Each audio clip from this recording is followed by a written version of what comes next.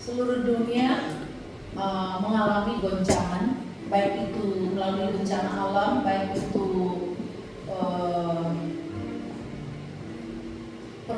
pergolakan dunia melalui perekonomian dan juga perpolitikan dan juga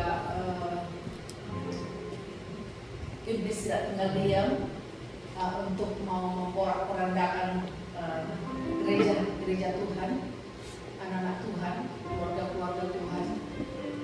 Tapi satu hal yang Tuhan mau ingatkan pada kita semua, pergunakanlah waktu-waktu yang masih ada, ya tetaplah berjaga-jaga karena kedatangan Tuhan sudah sangat amat dekat. Amin. Jadi kalau pada saat-saat ini kita semua masih diberkati oleh Tuhan, Tuhan masih buka jalan, bahkan diberikan kelimpahan dari hal-hal materi.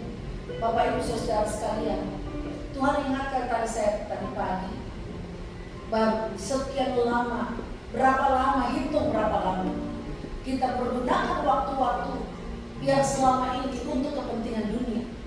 Pertanyaannya adalah, apakah sudahkah kita melakukan mempergunakan waktu yang ada atau hidup untuk kepentingan Kristus? Yang terpenting adalah hidup untuk kepentingan Juru Selamat. Karena kita adalah perpanjangan tangan, dan Tuhan ini mengutus kita memang di tengah-tengah serigala, di tengah-tengah dunia yang semakin gelap. Dan saatnya sekarang ini kita harus mempergunakan waktu, tenaga, pikiran, akal budi. Karena dia berkata, cintailah Tuhan Allahmu dengan segenap hatimu, dengan segenap akal budimu, dengan segenap kekuatanmu, dan segenap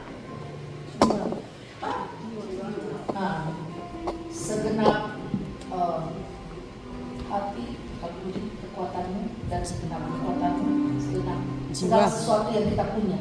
Dengan segenap itu kita kembalikan bagi hormat dan kemuliaan namanya. Dan cintailah sesama manusia sebagaimana engkau mengasihi dirimu sendiri. Bapak Ibu Saudara sekalian, tidakkah kita lihat kehidupan saat-saat ini semakin banyak orang memikirkan diri sendiri saja. Itu kan bukan urusan kita. Orang-orang susah, orang-orang memang benar. Tetapi ketika Tuhan berbicara, harus berbuat sesuatu, lakukan sesuatu. Kita nggak boleh tinggal diam, karena hidup kita bukan kita lagi, tapi Kristus yang hidup dalam kita. Ketika kita sudah dibaptis dan diselamatkan, kita itu diutus oleh Tuhan. Pergi dan jadikan semua bangsa murid. Pertanyaannya adalah, sudahkah gereja-gereja Tuhan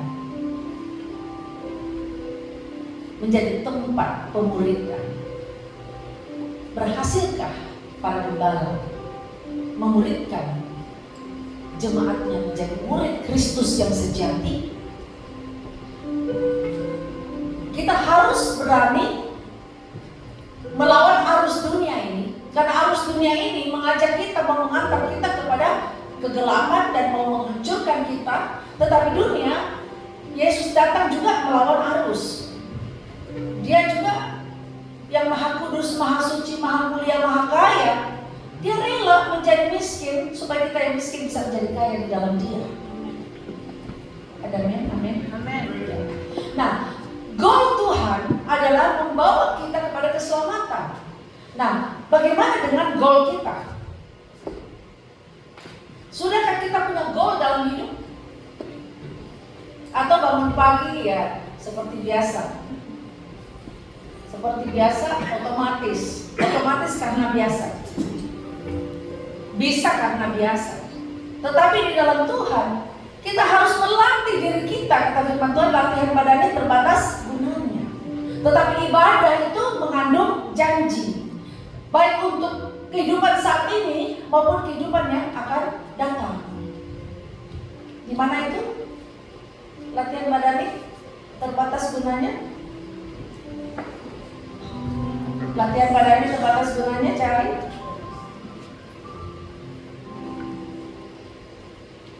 Di sini bisa ditulis nggak? Coba cari. 1 Timotius 4 ayat 8. Berapa? 1 Timotius 4 ayat 8.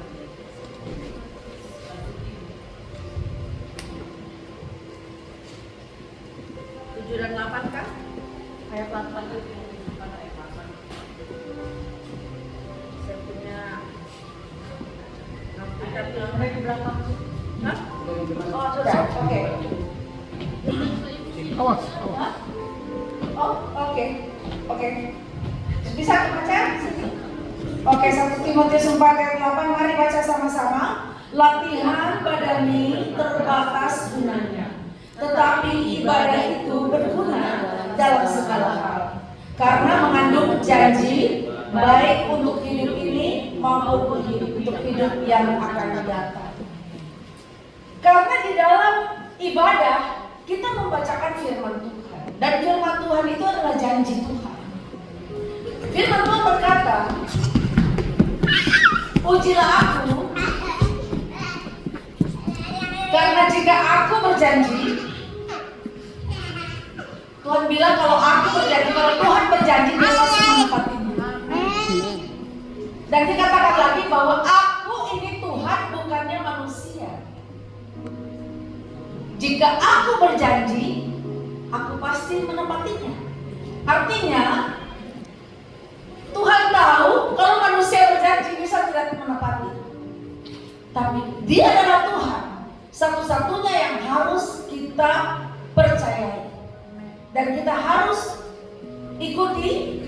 Karena apa? Yesus berkata, Dia minta kepada saudara dan saya. Coba dibuka di Yohanes pasal 8 ya, pasal yang ke-12.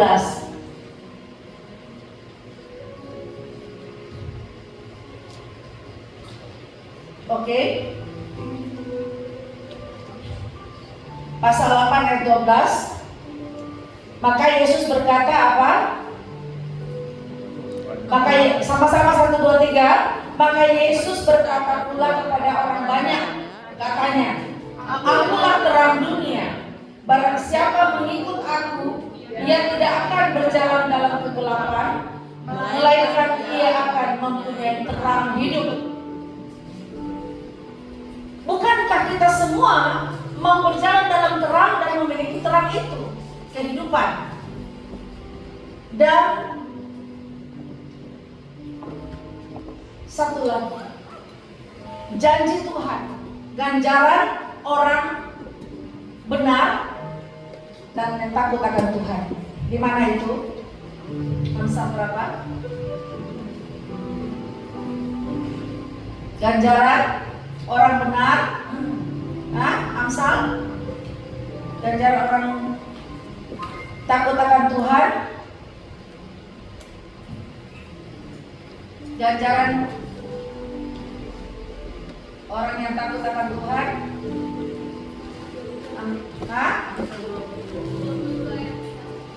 Amsal 20. Amsal 20 ayat 1. Coba di screen. 22 ayat 1. 22 ayat 4 benar.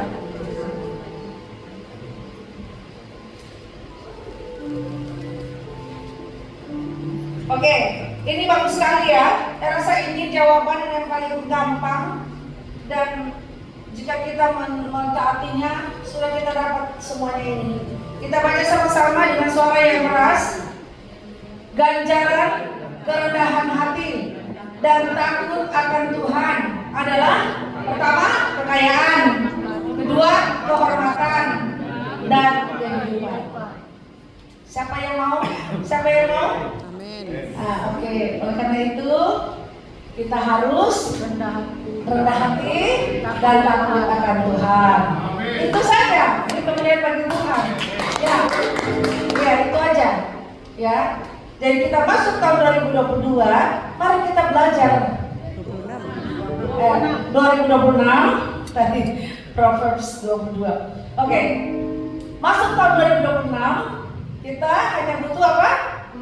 Kerendahan hati dan takut akan Tuhan adalah kekayaan, kehormatan dan kehidupan. Itu ganjaran.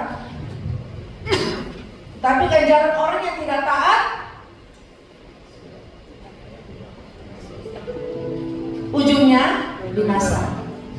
Orang yang taat, ujungnya kehidupan. Jadi kehidupan itulah janji Yesus. Kamu akan hidup. I am the light of the world. He who follows me shall not walk in the darkness, but shall see the light of life. Kita akan selalu melihat terang.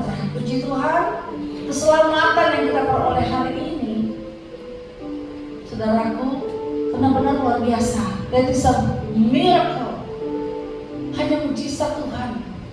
Kalau lihat tadi, mungkin dulu kalau bukan Tuhan, kan semuanya masih cantik, si polisi bingung. Dia ada bawa ambulans, semua ada yang mau dibawa rumah sakit nggak? Ada nggak yang mau dibawa rumah sakit? Semua bilang nggak ada apa-apa, puji Tuhan. Dan dia ditabrak ini yang sebelah sini agak hancur ya, karena aku di sebelah sini, driver sebelah sini sih di sini, suami saya di sini. Yang lain agak sedikit tidur, jadi anak saya tidak mau telepon, tapi semua dalam perlindungan Tuhan. Haleluya, terima kasih. Dan itulah firman Tuhan yang bisa saya sampaikan. Dan